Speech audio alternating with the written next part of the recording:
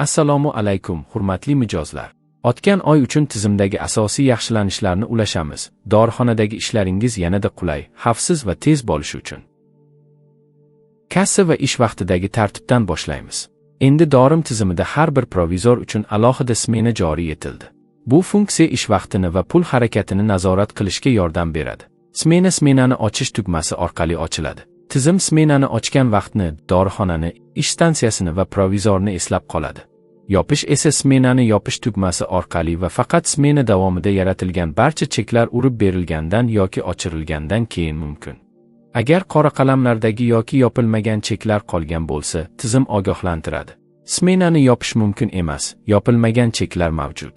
Smena hisobotida savdolar soni, qaytarishlar, to'lov summalari va fiskalizatsiya ko'rsatiladi. Muhim, smena 24 soatdan ko'p ochiq qolmaydi.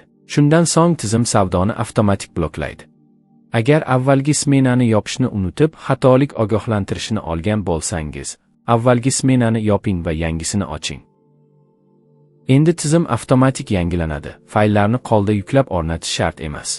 Yangilanish tunda ishga tushadi. Dorixonalarda hammasi fon rejimida amalga oshadi. Siz ishni bemalol davom ettirasiz. Keyin esa sizda yangi versiya yuklab olingani haqida xabarnoma paydo bo'ladi. Keyingi qadam 2 variant. Hozir qayta ishga tushirish. Dastur tezda yangi versiyada qayta ishga tushadi. Ma'lumotlar yo'qolmaydi va barcha sozlamalar saqlanadi. Yoki keyinroqni tanlash, joriy amallarni yakunlab, sizga qulay vaqtda yangilanishga qaytishingiz mumkin. Kompyuter o'chirilgan yoki internet uzilgan bo'lsa, yuklash keyingi ishga tushirishda davom etadi. Endi referent narxlarga o'tamiz. Tizimda endi referent narxlar bo'yicha nazorat joriy etildi va endilikda tizim ularning oshib ketishini savdoda, kirim fakturalarda hamda qoldiqlarda kuzatadi. Mahsulotni sotish komponentining mahsulot tanlash satrida, narx yonida, narx belgilangan referent narxdan yuqori bo'lsa, belgi ko'rinadi. Chekka tovar qo'shilganda tizim quyidagi xabar ko'rsatadi. Ko'rsatilgan chakana narx belgilangan referent narxdan yuqori. Foydalanuvchi davom ettirish yoki bekor qilishni tanlaydi. Xuddi shunday kirim hujjatlarda ham referent narx ustuni va oshishlarni yoritish paydo bo'ldi. Mahsulotni qolda qo'shishda referent narx xarid va chakana maydonlari ostida ko'rsatiladi, xatoga yo'l qo'ymaslik uchun. Hujjatni o'tkazishda esa ogishlar ro'yxati va o'tkazish yoki narxlarni tuzatish tanlovi ko'rsatiladi.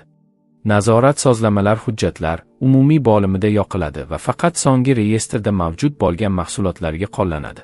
Yana bir yangilik, mahsulotni qarzga realizatsiya qilish. Chek oynasining pastida kredit orqali to'lov tugmasi paydo bo'ldi.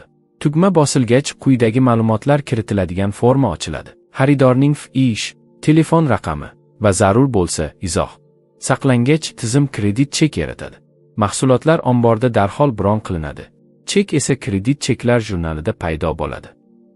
Keyinroq bunday kredit chekni sotuvda ochib to'lash mumkin. U chiqim chekiga aylanadi. Barcha yaratilgan kredit cheklar alohida kredit cheklar bo'limida ko'rsatiladi. Har bir chek quyidagi holatlarga ega. Ochiq, qarz hali yopilmagan. Yopiq, chek chiqim chekiga o'tkazilib, o'tkazilgan. O'tkazilgan, chiqim chekiga o'tkazilgan, ammo hali o'tkazilmagan. Chek tarkibida xaridor ma'lumotlari, summa va tovarlar ko'rsatiladi. Ochiq cheklar uchun mumkin.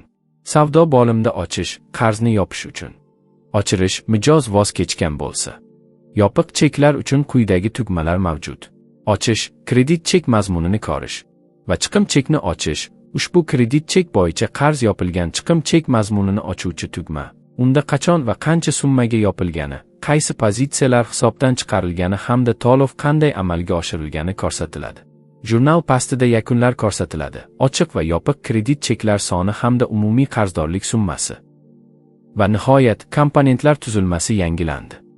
Cheklar jurnali chiqim cheklar, qaytarish cheklar, kredit cheklar va smenalarga ajratildi.